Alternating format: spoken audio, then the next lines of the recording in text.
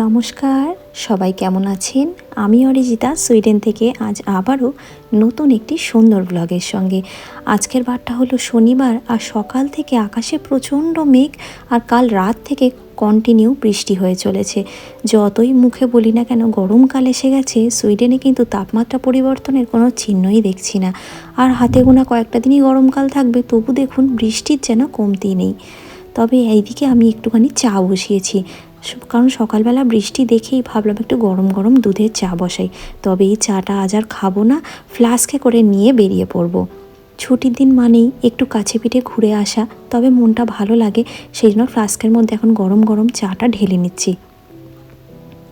চলুন, ফ্লাস্কের মুখটা বন্ধ করে নিয়েছি। সকালে একটু হালকা করে ব্রেকফাস্ট সেরেছি, আর এদিকে বৃষ্টি থামতেই দুজনে মিলে রেডি হয়ে ঝটপট বেরিয়ে পড়েছি। ওয়েদার আপডেট দেখাচ্ছে আজ আর সারাদিন বৃষ্টি হবে না, দমকা হাওয়া বইবে। তবে এইটুকুই নিশ্চিন্ত, হাওয়া হোক বৃষ্টিটা না হোক অন্তত। আমরা চলে এসেছি গথেনবার্গের সেন্ট্রাল স্টেশনে। এখানে এসেই দেখলাম সাবওয়ে দোকানটা খোলা রয়েছে। ভাবলাম দুজনে দুটো বার্গার নিয়ে নিই। আর বেশ সুন্দরভাবে ওভেনের মধ্যে টাটকা ব্রেড কিন্তু এখানে তৈরি করে তবেই বার্গার তৈরি করে দেওয়া হচ্ছে। দুজনে দুটো বার্গার নিয়ে নিয়েছি। চলুন এখন তাড়াতাড়ি করে ট্রেনে উঠে পড়ি। ট্রেনের প্রায় সময় হয়েই গেছে, ট্রেনটা প্ল্যাটফর্মে দিয়েও দিয়েছে। আর এখানকার যেহেতু ট্রেনগুলো খুব সময় ছেড়ে দেয়, তাই তাড়াতাড়ি ট্রেনে উঠে বসি। তারপরে আপনাদেরকে জানাচ্ছি যে আমরা হঠাৎ করে ট্রেনে চড়ে কোথায় চলেছি।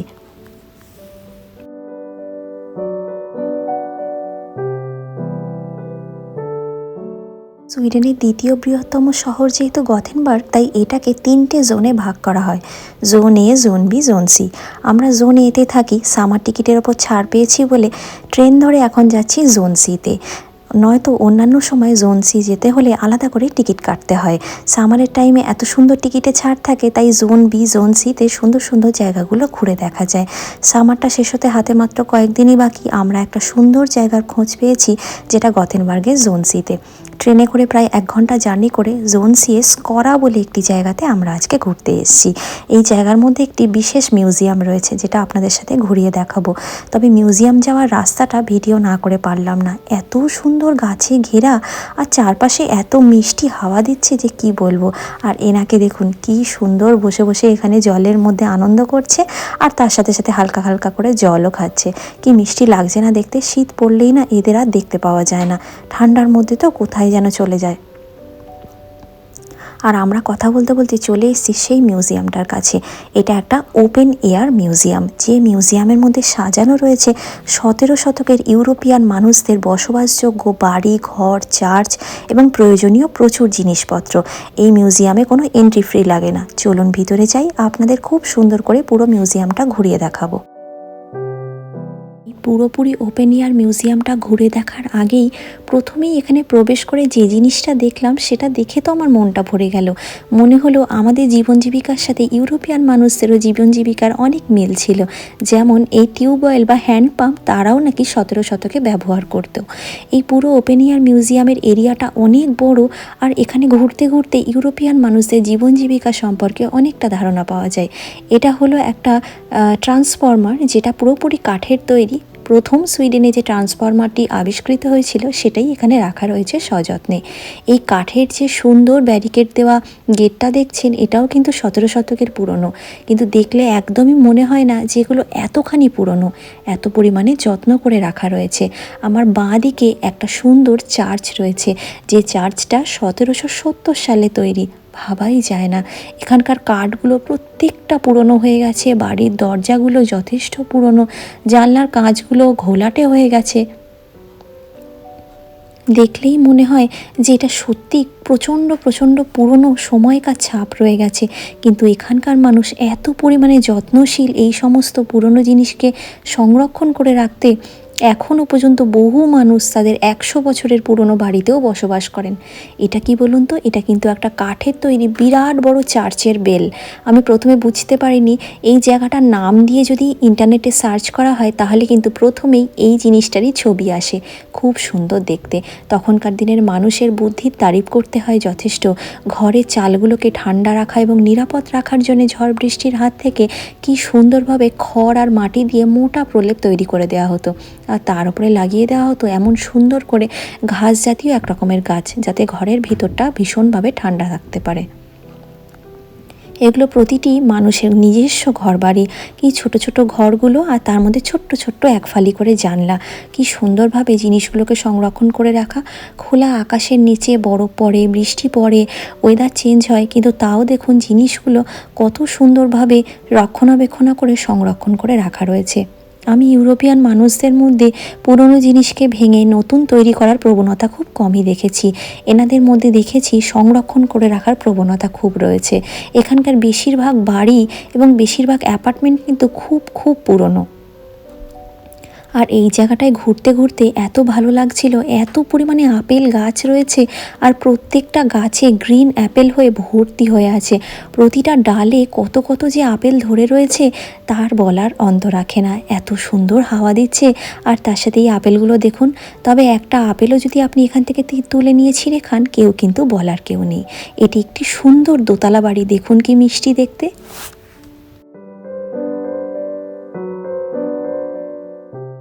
ইউরোপের গ্রামের দিকগুলিতে যে সমস্ত চাষি ভাইদের বাড়িঘরদোর ছিল, তাদের বাড়িগুলিও কিন্তু এখানে রয়েছে।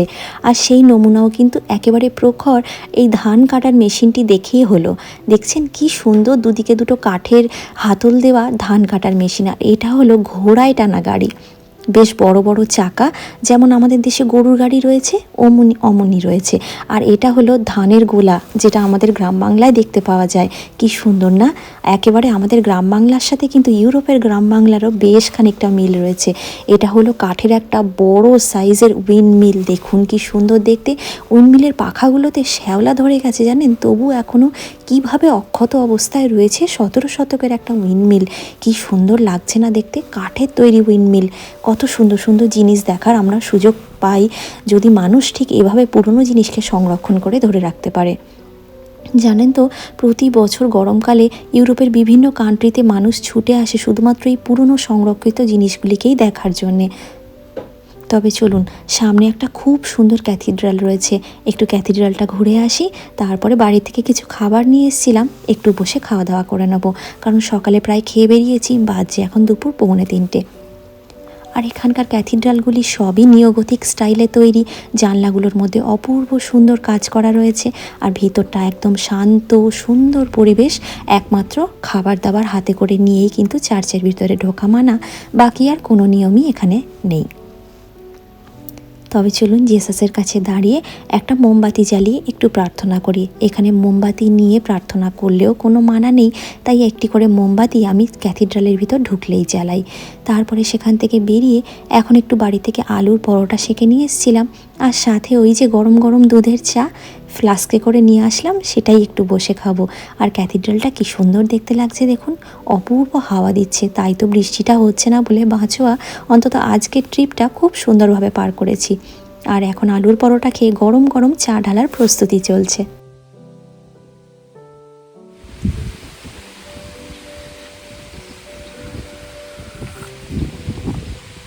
হেভি তো, আলাদাই লাগছে।